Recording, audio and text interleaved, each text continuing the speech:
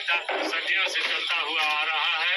जब पुरानी हमारी परंपराओं को भूलती जा रही है तो उनको पुनः जीवित करने के लिए कार्यक्रम होते रहेंगे। हमारे पूर्वज हैं, उनके लिए एक संगीत का बहुत अच्छा माध्यम। तो ये आल गायन एक वीर वाणी का गायन है। महोबा के ही रजवाड़ों ने बनवाया था खजुराहों का मंदिर। दोस्तों, हम आपको आला सुना रहे हैं। ये आला बहुत ही प्रसिद्ध धाम है पूरे हिंदू समाज का, हिंदू धर्म के, सनातन हिंदू धर्म के लोगों का श्रद्धा का केंद्र है और विशेष रूप से यदुवंश के लिए श्रद्धा का केंद्र है। तो उसी धाम पर ये आल्हा चल रहा है। तो हम आपको आल्हा गायकों को किस तरह वो आल्हा गाते हैं वो हम सुना रहे हैं। आल्हा ये छठ पर्व और आगामी कृष्ण जन्माष्टमी के उपलक्ष्य में आयोजित किया गया है।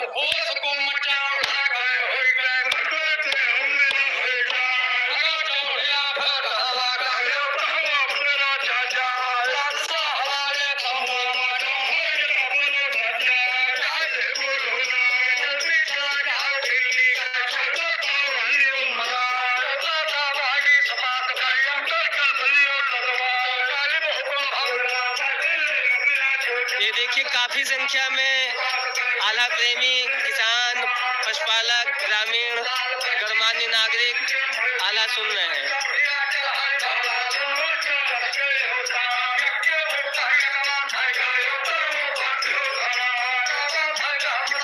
बड़ी संख्या में यहाँ हजारों, ये बाबा नंद का धाम भी आपको सामने दिख रहा है।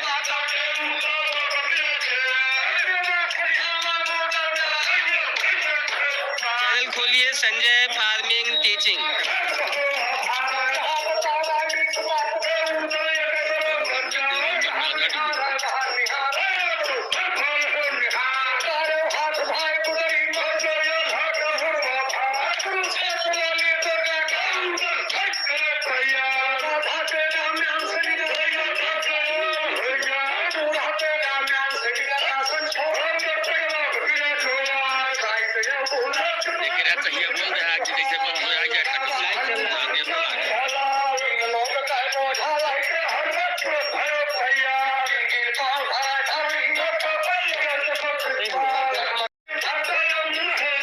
अब आप देख रहे हैं सामने आल्हा गायक का मंच लगा हुआ है और उस पर वो आल्हा गा रहे हैं।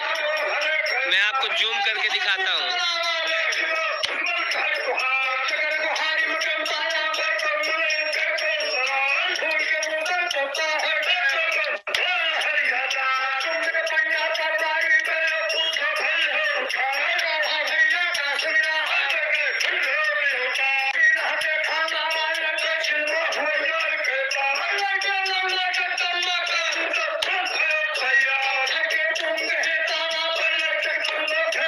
देखिए आल्हा गायक कितने जोश में आल्हा गा रहे हैं।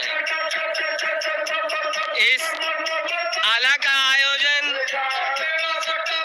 ब्लॉक सायागढ़ की ग्राम सभा बौलखा के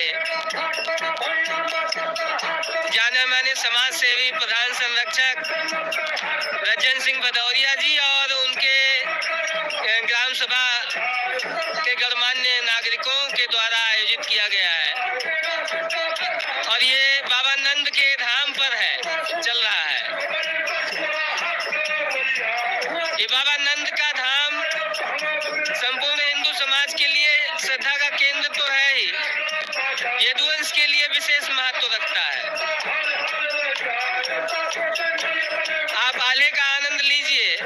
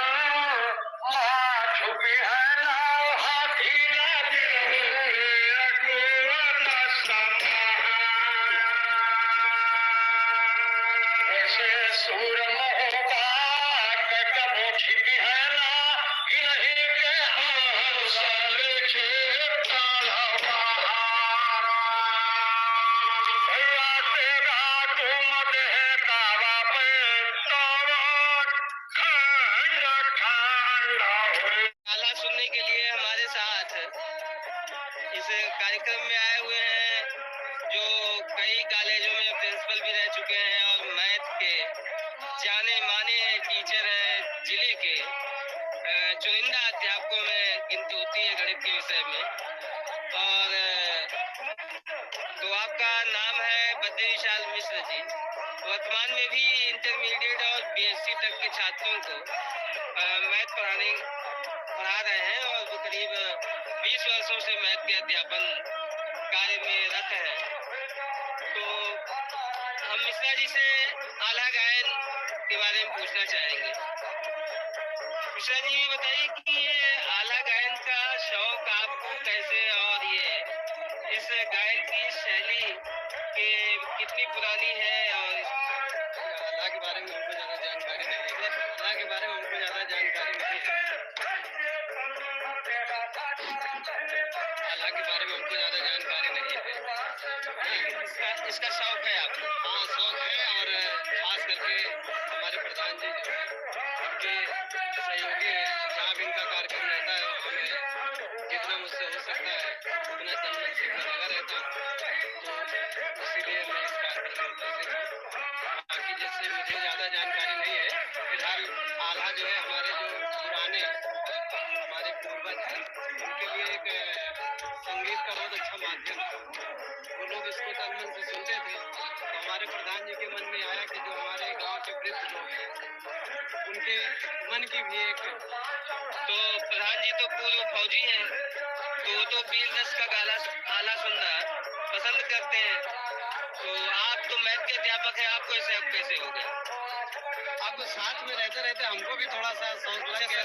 अच्छा, संगत का असर है ये कि साथ में फौजी के साथ रहते मैथ के अध्यापक को भी आला गायन सुनने का शौक हो गया।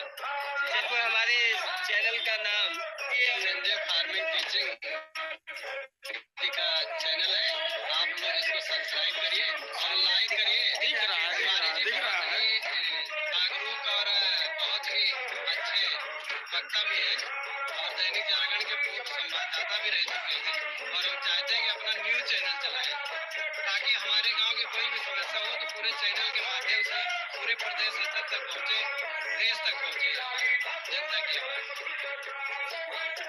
आपको बहुत बहुत धन्यवाद। देखिए आला गायक कितने जोश में आला गा रहे हैं।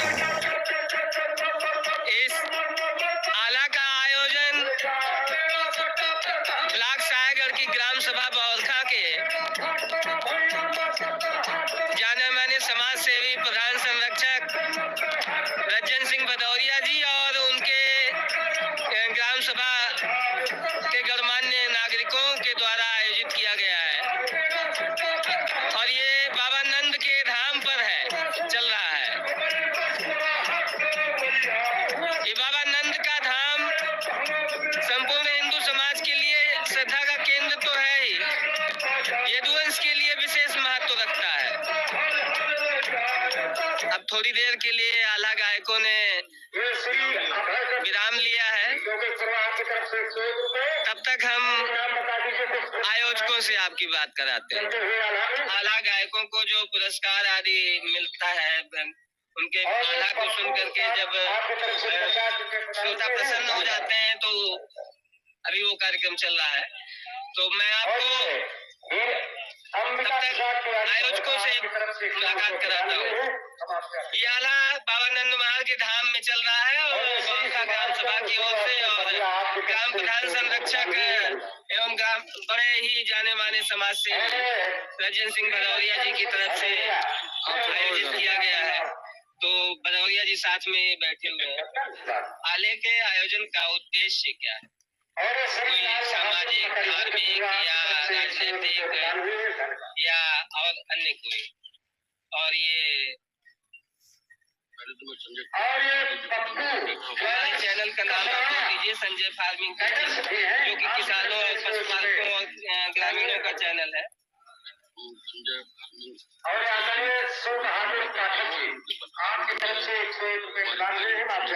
तेज बोलिए।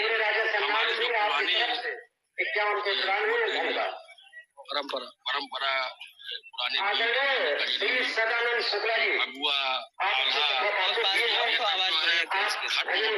उनको जीवित करने के लिए लोग जाने नहीं द्वार करके जो है हमारे पुराने पूर्वजों को या पुरानी हमारी परंपराओं को भूलती जा रही है, तो उनको पुनः जीवित करने के लिए लोगों के जब ये कार्यक्रम होते रहेंगे तो इसमें इस कार्यक्रम में काफी संख्या में लोग आए हुए हैं।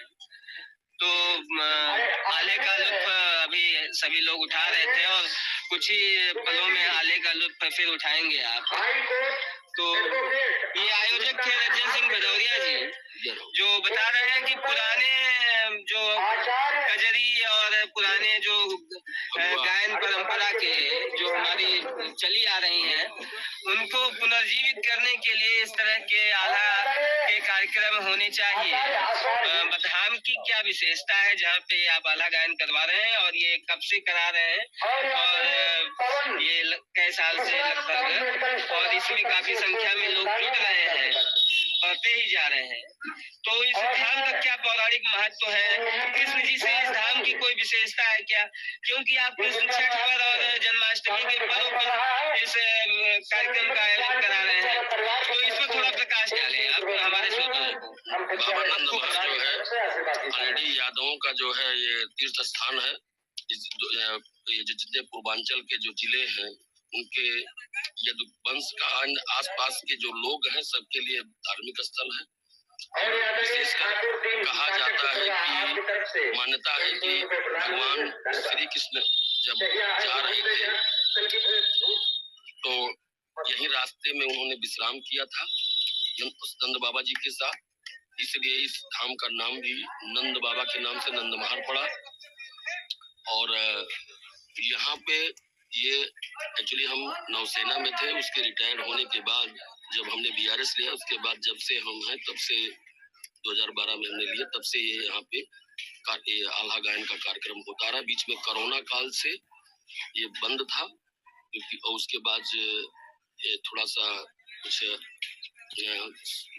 घर में परिवार में गांव में कुछ हर साल इस कार्यक्रम के समय आने में कोई न कोई ट्रेजेडी हो गई थी, इसलिए 2-3 सालों से कार्यक्रम बंद था। लेकिन पुनः इसको चालू किया गया ना, इस कार्यक्रम को चालू किया गया क्योंकि 2020 के बाद 21 में हमारे बड़े भ्राता से एक्सपायर हो गए थे इसी समय, इसलिए कार्यक्रम नहीं हुआ। 22 में माता जी मेरी एक्सपायर हो गई थी, 23 में हमारे एक परम मित्र चंद्रकांत मिश्रा जी एक्सपायर हो गए थे, इसलिए 3 सालों से कार्यक्रम में बाधित था। इस बार भगवान नंदवार बाबा धाम की कृपा से ऐसा नहीं था, तो इसलिए इस कार्यक्रम का पुनः आयोजन और बराबर जब तक रहेगा चलता रहेगा। तो ये थे रंजन सिंह भदौरिया, बहरखा के जाने माने समाज सेवी, बता रहे थे कि काफी दुखद घटनाएं इनके साथ हुई, उसके बाद भी ये इस कार्यक्रम को आयोजित कर रहे हैं ताकि पुरानी लोक परंपराएं खत्म न होने पाए। आले का कार्यक्रम बीच में थोड़ी देर के लिए विराम में चल रहा है क्योंकि जो के पुरस्कार देख रहे हैं वो कार्यक्रम चल रहा है। तो संजय फार्मिंग टीचिंग चैनल की तरफ से मैं आपको संजय तिवारी नंदमाल धाम में चल रहा लाइव आला दिखा रहा हूँ। तो यहाँ पर एक से एक गणमान्य हस्तियाँ बैठी हुई हैं जो आला सुनने आए हैं। तो हमारे साथ में बैठे हैं दुबे जी, तो ये पूरा तो अपना परिचय यही देंगे, कृष्णचंद्र दुबे जी। तो ये कई विद्यालयों में प्रिंसिपल और अध्यापक रह चुके हैं और वर्तमान में भी अध्यापन कार्य और कृषि कार्य और पशुपालन जैसे कार्यों से जुड़े हुए हैं। तो दुबे जी से हम ये पूछना चाहेंगे कि ये आला सुनने का शौक कैसे और ये कितनी पुरानी परंपरा है भारत देश में, जो ये आला गायन कितने सालों से या सदियों से, कब से इसको जनता में लोकप्रिय है आला की परंपरा? लोकगीत का कार्यक्रम है, बीज की कविता है, चलता हुआ आ रहा है और बीज का गायन ये समाज में लोकगीत के रूप में बहुत दिनों से प्रचलित है और इसका बड़ा महत्व है समाज में, और इससे तमाम पुरानी चीजों की याददाश्त आती है और समाज एक नया उत्साह और चीजें हैं। ये कार्यक्रम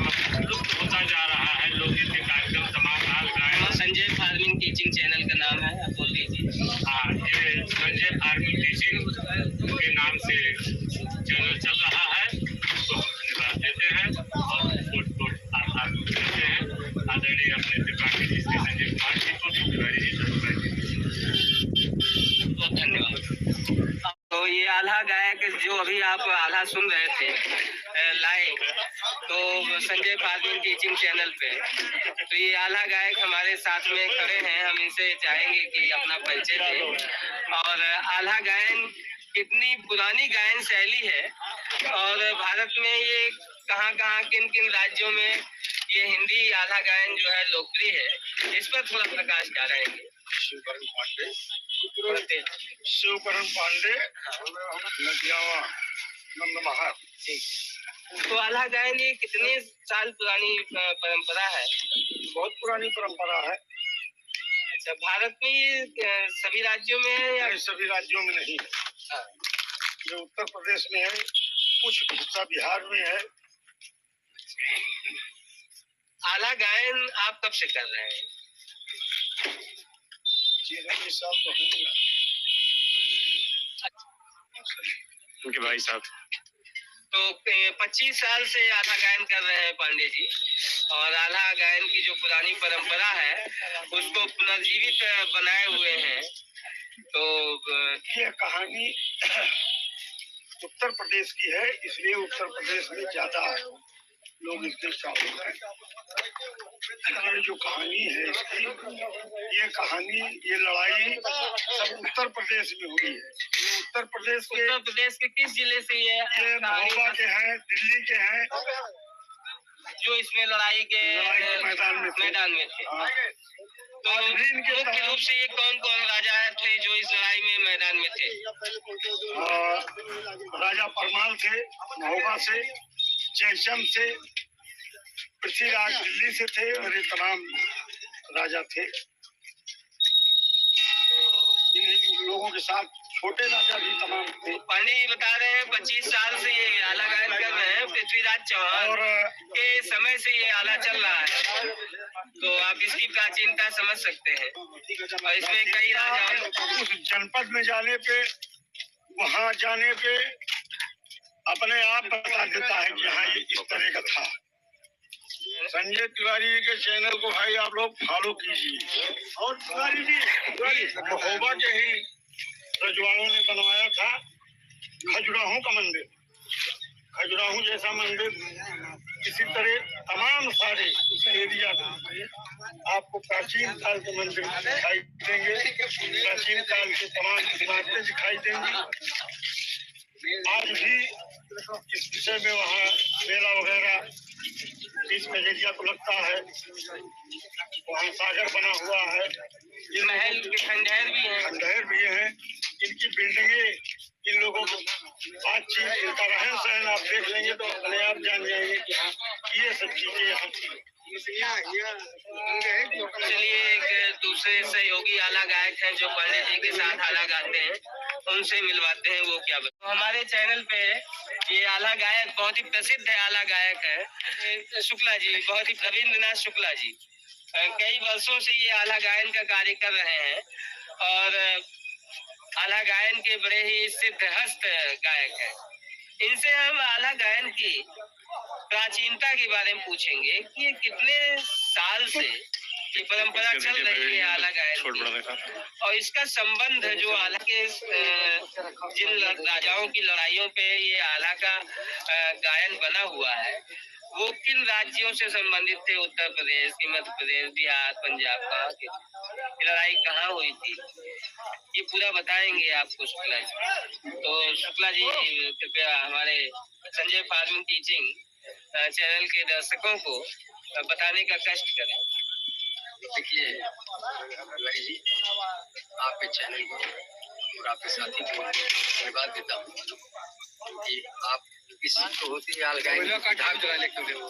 जो भी कुछ महान भाव, जैसे इस नंदमहर क्षेत्र में आदरणीय हनुमान बख्श सिंह भदौरिया, एक्स नेवी पेटी अफसर, इन्होंने आल गायन की इस विधा को प्रतिवर्ष नंद बाबा की इस पावन नगरी में अभी जागृत रखा है।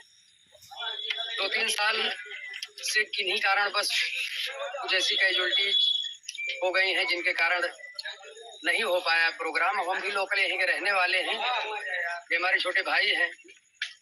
इनकी जब इच्छा होती है तो हम आल गायन में जब इनकी इच्छा रहती तो हमको श्रम करने में कोई परेशानी नहीं है। बस अवकाश के दिन का ये डेट फिक्सेशन होता है कि उसी दिन आल्हा गायन होगा। रही बात इस विधा की कि आल्हा गायन आल्हा कैसे शुरू हुआ, वीरता कैसे इनकी जानी गई, तो आपको बता दें कि 1137 में आल्हा का जन्म हुआ था, 1140 में उद्दल का जन्म हुआ था, 1137 ईस्वी जी, और 1152 में 12 साल की अवस्था में उद्दल ने अपने बाप का बदला माड़ोगढ़ में राजा करिया से लिया। ये पृथ्वीराज चौहान का समय काल रहा? नहीं, पृथ्वीराज चौहान से नहीं है। ये पहली लड़ाई जो इनकी 12 साल की अवस्था में 1152 में हुई थी, ये आपसी पटीदारी की झगड़ा। आल्हा और उद्दल के बाद और करिया के बाद ये पटीदार थे। बाबा के 2 बेटे, उनसे ब्रांच है, ठीक। उसके बाद 1199 तक 1192 तक सारी लड़ाइयाँ हो गई। 1192 की उसमें है पृथ्वीराज मोहम्मद गोरी ने कैद कर लिया है। ये तो आप ज्यादा जानेंगे इतिहास में। तो ये आल्हा गायन एक वीर वाणी का गायन है। इसको अवधी लोकगीतों का की संज्ञा दी गई है। इसमें लोग अपने भाईचारे में ये दोपहर बाद गायन शुरू होता है, शाम को सूर्यास्त पर, जैसे बड़ी बड़ी लड़ाइयों महाभारत में देखिए या और भी लड़ाइयों में कि सूर्यास्त के बाद झंडा जब उतर जाता है तो हथियार भी मारने लग जाते हैं। तो सूर्यास्त के बाद ये लड़ाई नहीं गाई जाती। और ये आपसी भाईचारा और इसमें समाज में लोकप्रियता बनी रहे, इसीलिए ये गायन को बनाया गया। लेकिन अब ये लुप्त होती जा रही है। इसमें नई जो युवा पीढ़ी है ये तो इसमें आप जैसे पहली ये कहिए कि पुरानी पीढ़ी के लोग इस लुप्त होती विधा को जिंदा करने में लगे। चैनल को यदि आपने सब्सक्राइब नहीं किया है तो व्यूअर्स से मेरा निवेदन है कि सब्सक्राइब कर लें।